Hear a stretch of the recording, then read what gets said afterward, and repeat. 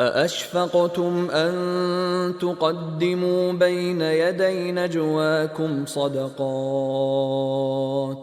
فإذ لم تفعلوا وتاب الله عليكم فأقيموا الصلاة وآتوا الزكاة وأطيعوا الله ورسوله والله خبير بما تعملون.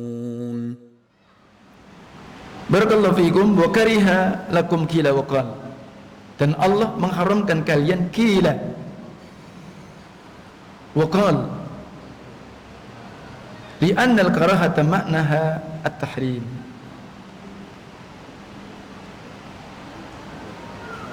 Kila wa qal, kila artinya itu dikatakan. Fi'lun madhin. Fi'l madhi. Wa qala fi'lun madhin. Qala juga fi'l madhi. Ay anna al-insan hammuhu isya'ah al-akhbar. Maknanya kila wa qal itu dia mendapatkan berita.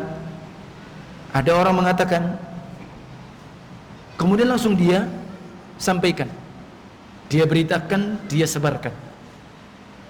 Maka kerjanya apa dia? Senantiasa menyebarkan berita-berita. Itu maknanya kila wa qal. Sebenarnya kemudian dia menyampaikan berita-berita atau permasalahan-permasalahan wa isya'atuha, dan kemudian dia sebarkan. Yang artinya tidak ada baginya kecuali dia sibuk membicarakan tentang fulan, seseorang. Wa fulanun qala kadza wa kadza. Orang ini ngomong begini, orang ini ngomong begini. Artinya ucapan itu hanya dia dengar dari orang lain, kemudian dia langsung sebarkan. Wa biduni tatsabbut, tanpa dia koreksi kebenarannya. Dia cek. Yang semestinya dia harus apa? Tatsabbut lebih dulu. Atau dengan kata lain, dengan tabayyun, meminta kejelasan. Ya. Jadi meminta apa? Kejelasan. Atau dia mencari kebenaran khabar-khabar berita yang dia dapat. Tidak kemudian dia langsung apa? Dia sebarkan. Jadi fulan ngomong seperti ini, fulan seperti ini, tapi tanpa apa? Tabayyun, baru kemudian tatsabbut. Maka yang seperti ini kila wa qal, sehingga Allah Taala itu membenci dan itu Allah haramkan. Maka di sini itu berita-berita yang sifatnya dusta. Karena dia belum tabayyun, dia pula tidak bisa tatsabbut, tidak bisa menegaskan dan meneguhkan akan kebenaran berita yang dia sebarkan. Dia dapat dari si fulan, dia dapat dari si alan, tapi belum jelas kebenarannya. Maka kadang ini akan terjatuh pada berita-berita dusta. Dengan bahasa keren kita, hoax atau hoax. Nih, hati-hati. Faqala Nabi SAW, akhrajahu Muslim fi sahihi min haditsin Abi Hurairah. Maka Rasulullah SAW bersabda dengan sifat kila wa qal, dan sebab Allah itu benci dan Allah haramkan, karena itu akan mengantarkan kedustaan, bahkan berita-berita yang menimbulkan fitnah. Nabi mengatakan, kafa bil mar'i ithman ayyuhadditsa bi kulli ma sami'. Cukup bagi seseorang itu dikatakan dia itu melakukan dosa. Atau dengan lafaz lain, kafa bil mar'i kadziban. Cukup seseorang dikatakan dia pendusta atau dia berdosa, ayyuhadditsa bi kulli ma sami', bahwa dia senantiasa menyebarkan, dia berbicara setiap apa yang dia dengar, setiap berita kabar yang dia dapat, sehingga sibuknya dia apa? Menyampaikan berita-berita, masalah-masalah yang dia seburkan, dan dia sibuk mengatakan fulan ngomong seperti ini, fulan ngomong seperti ini, biduni tatsabbut wa tabayyun, tanpa dia tabayyun, tanpa dia tatsabbut. Nabi mengatakan apa? Cukup dia orang yang berdosa, dia pendusta karena dia memberitakan seluruh apa yang dia dengar. Naam. Disebutkan wal muradu bihadza ay yakuna nasyi'an lil akhbari allati lam yatahaqqaqha, bahwa dia menyebarkan untuk berita-berita yang belum jelas kebenarannya, wala alaqah lahu fiha, yang juga ternyata tidak ada semacam kolerasi, korinahnya yang mengiringi, kaitannya tidak ada, maka dia banyak terjatuh pada ketergelinciran bahkan kesalahan. Qila wa qal, maka Allah haramkan, Allah benci, karena itu akan menafikan, meniadakan akhlak-akhlak Islam yang sebagaimana seorang muslim disifati dengan sabda Nabi sallallahu alaihi wasallam, min husni islamil mar'i tarkuhu ma la ya'ni, rawahu Tirmidzi. Di antara bagusnya Islam seseorang itu, kata Nabi apa? Dia tinggalkan apa-apa yang memang itu kurang memberi manfaat, bahkan menimbulkan fitnah dan bahaya. Nah, jadi seperti itu.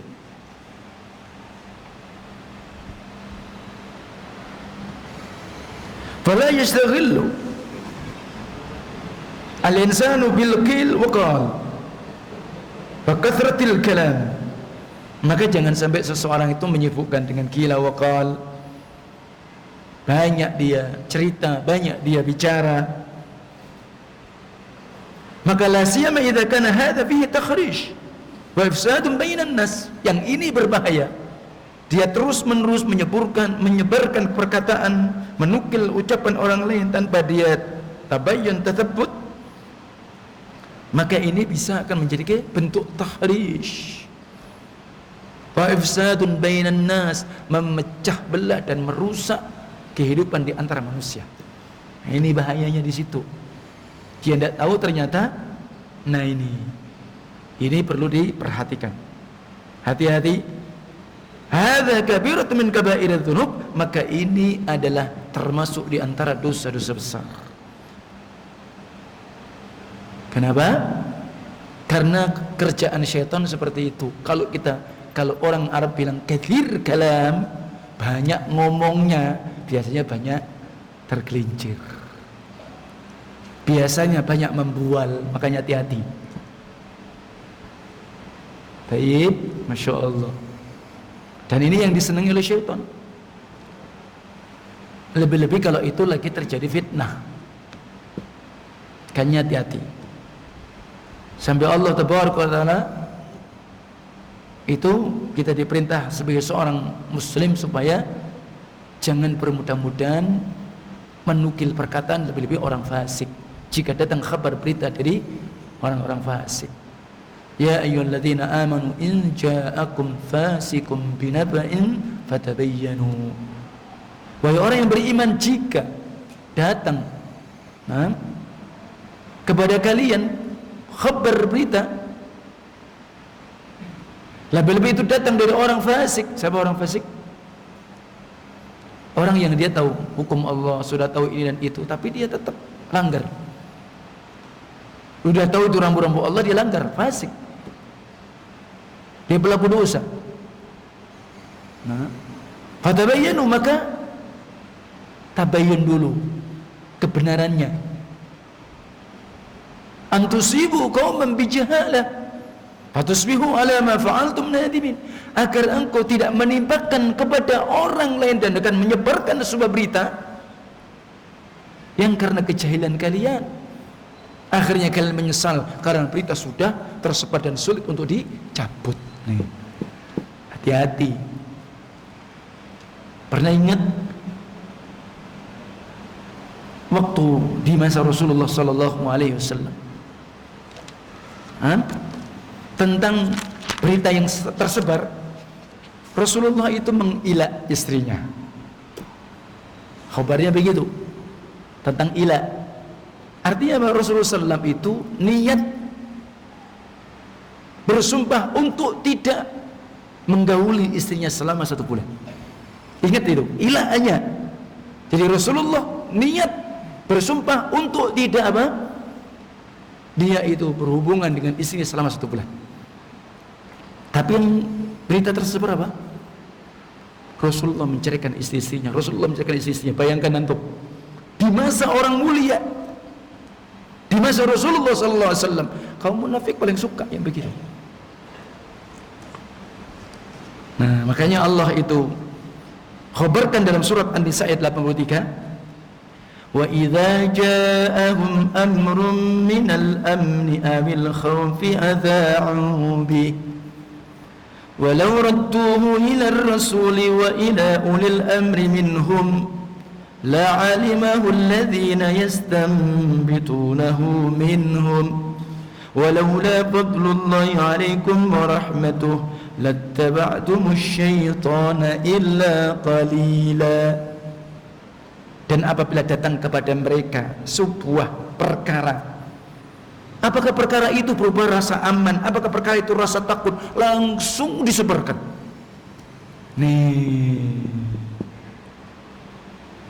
seandainya mereka kembalikan, artinya mau tabayun tentang apakah ini aman, apakah ini begini, apakah ini bagaimana keadaannya perkara ini, dia kembalikan kepada Rasulullah, tabayun kepada yang ahlinya, wa ulil amri wa ila ulil amri minhum, atau memang orang-orang yang memang mereka itu memiliki kompetensi, kemampuan untuk itu, perkara memang dia bidangnya tentang itu, ya, sungguh mereka akan mengetahui bagaimana hasil yang mereka beritakan, apa yang dia dapat kabar itu. Dan seandainya tidak karena karunia Allah yang Allah anugerahkan atas kalian dan rahmatnya, sungguh mayoritas kalian akan mengikuti jalan syaitan kecuali hanya sedikit. Maka Rasulullah menyatakan apa? Inna syaitana qad aisa ayya'budu al-musalluna fi jaziratil Arab walakin fit tahrishi bainahum. Sesungguhnya syaitan itu waktu itu sudah berputus asa. Kalau dia itu mau disembah, diibadahi orang-orang yang ahli sholat di kalangan orang Arab, tak mungkin. Karena apa? Akidahnya sudah kuat, tauhidnya sudah kuat. Tetapi apa? Walakin fit tahrishi bainahum, tetapi akan disusupkan di tengah-tengah kalian wahai muslimin perpecahan dengan berita-berita yang hoak tadi. Loh, hebat kan syaitan? Makanya kita jangan gampang tertipu. Syekh Abdul Rahman As-Sa'di rahimahullah ta'ala tentang surat An-Nisa 83 ini, terdapat kaidah ada bahwa ketika ada suatu masalah, maka kembalikan dan serahkan kepada ahli dalam bidangnya, ya. Jadi seperti itu, kembalikan kepada memang ahli bidangnya, tidak mendahului mereka. Jadi seperti itu. Kenapa? Tentu itu akan lebih mendekati kebenaran dan lebih aslam, lebih selamat, ya, dari kesalahan. Ini yang disebutkan oleh beliau. Sehingga hati-hati dengan opini-opini yang macam-macam. Seandainya pun kita dapat sebuah opini, apalah tentang hal-hal yang sifatnya itu besar, ya jangan dulu disebarkan kalau itu membawa mudarat. Dipertimbangkan lebih dulu, tabayun lebih dulu. Masih ingat? Jadi mungkin banyak orang bicara masker itu orang yang sakit, ya enggak? Nah ini hati-hati. Ini antum sakit ngapain pakai masker? Oh Allah, quwwata illa billah. Jadi ini berita yang kita dapat dari mungkin apakah media sosial dan yang lain, maka seperti itu. Ini hati-hati. Walaupun mungkin ini dari Menteri Kesehatan, tapi nanti dulu itu benar apa enggak? Ya, jadi seperti itu. Banyak kita berita-berita. Wadah nanti berita datang, ternyata bahwa corona ini hanya sama seperti flu biasa. Ya kan? Ya memang penyebarannya ini, tapi ini lebih nggak bisa kita tahu. Kalau orang flu kan kelihatan, meler kelihatan. Tapi kalau corona, pakar dokter aja nggak tahu gimana kayak apa. Sekarang ini yang Masya Allah sudah demikian sampai sekian, hampir 1 tahun. Makanya Rasulullah SAW menyebutkan, idza wusidal amru ila ghairi ahli fantadhiris sa'ah. Apabila urusan itu diserahkan bukan pada ahlinya, tunggu saja hancurnya.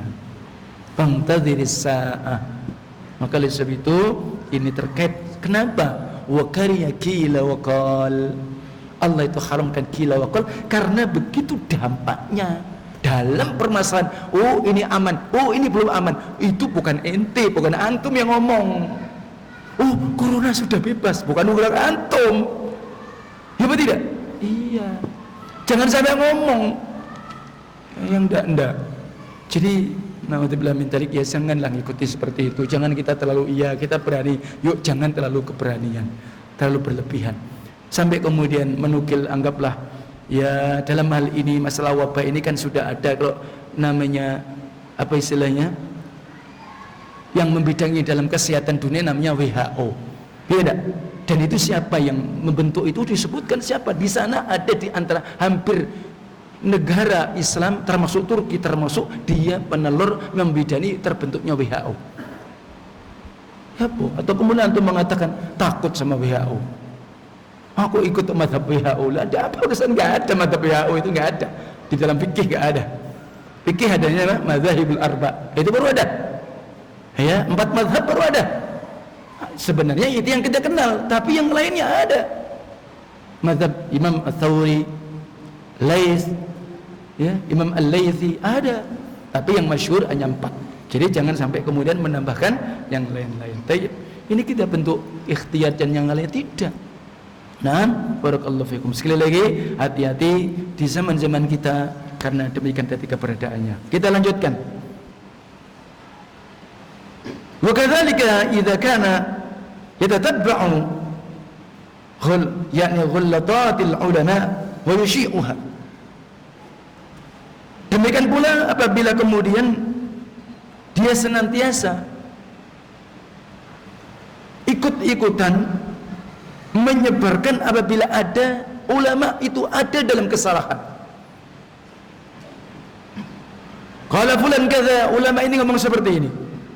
Fulan radda alaihi bikadza, ternyata ulama ini mendebat seperti ini. Nah, seperti ini juga posisinya.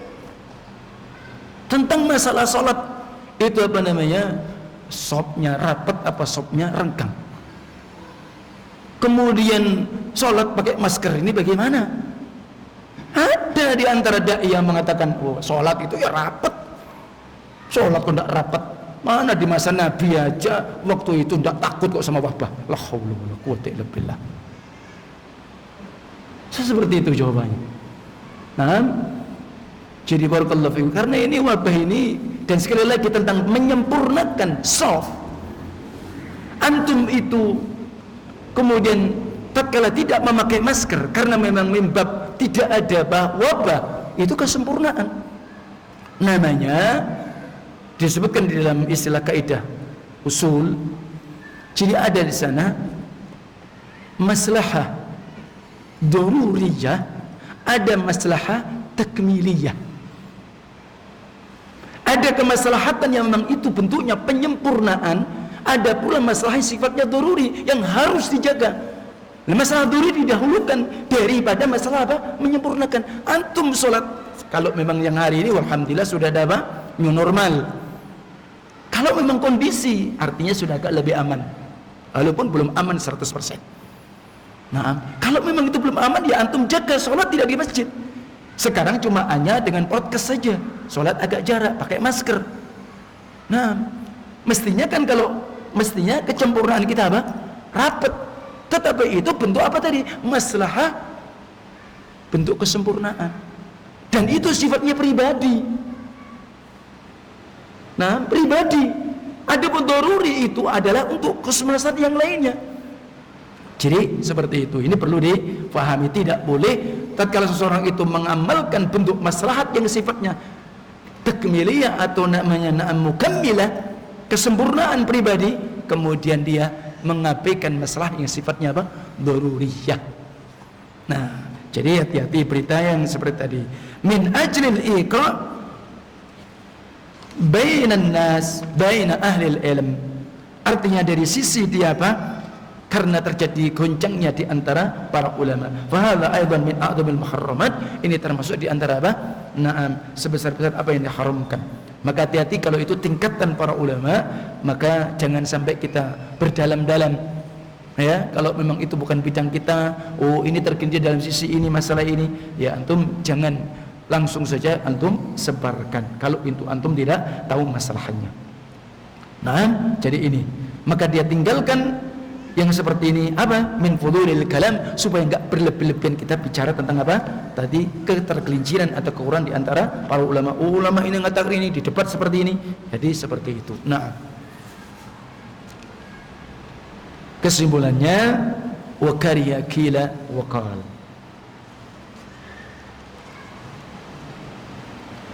Kila wa qal itu pula akan mengantarkan apa?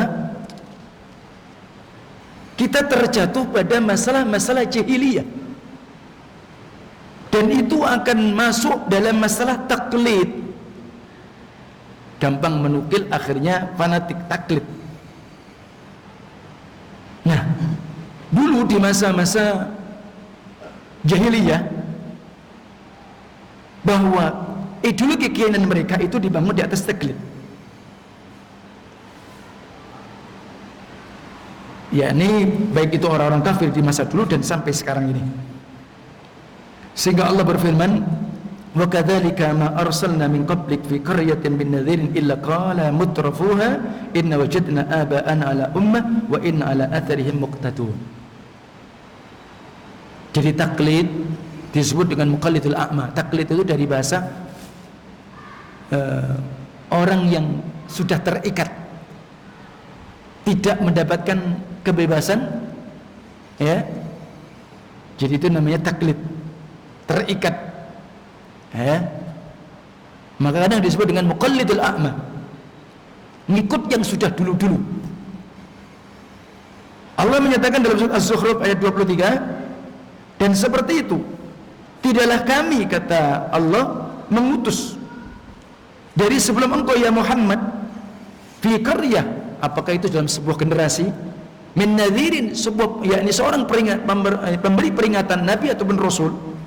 Jadi datang para nabi, datang para rasul, datang ulama, datang orang yang memberikan nasihat, mau'izah, menyampaikan kebenaran, dakwah ilal haq.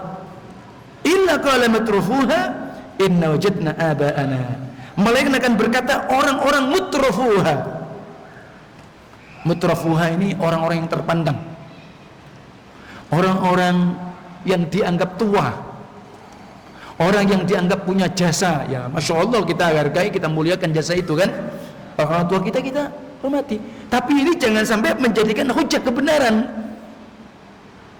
Ini. Nah, orang yang terpandang, apakah dia dari sisi hartanya, masya Allah, dari sisi mungkin derajatnya, masya Allah, dia mengatakan apa? Gampang aja, inna wajadna aba'an ala ummah wa inna ala atharihim muqtadun. Sesungguhnya kami sudah mengikuti, menjumpai apa yang ada dulu nenek moyang kami. Ala ummah, ya di atas seperti ini. Wa inna ala atharihim muqtadun, dan sesungguhnya kami atas, ya apa-apa yang mereka dulu di atasnya, kami hanya ikuti saja. Kami tidak butuh kalian. Kami tidak butuh antum-antum ini. Kalian kan baru orang kemarin sore. Kalian mungkin ahli bengkok aja tidak tahu. Nah, begitu ini. Jadi artinya apa? Kalau bahasanya orang ke sana, ngentai. Ngentai itu apa? Nyepelekan, tidak dianggap. Aku sudah cukup. Nenek-nenek moyang kami ini sudah seperti itu. Tidak cukup lagi yang antum ini. Nah, artinya apa? Kebenaran diukur, dan ini bentuk taklid. Jadi yang nukilan-nukilan orang-orang dahulu itu seakan-akan dijadikan sebagai sumber kebenaran.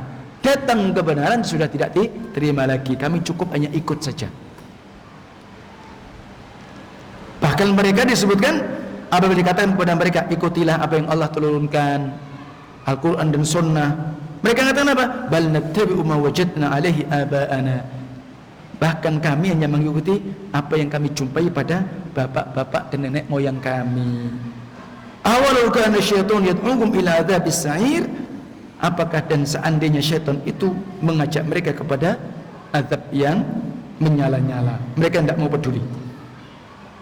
Ya, dan ini bahwa ideologi mereka orang-orang jahiliyah dulu, ya, bahwa mereka tidak dibangun di atas apa yang datang kepada mereka dari para nabi dan rasul kebenaran itu, tapi mereka bangun dari apa? Yakni pondasi apa yang telah dilakukan dari nenek moyang mereka, nukilan-nukilan, mungkin dongeng-dongeng, berita-berita, kisah-kisah yang tidak jelas bukti sultan kebenarannya.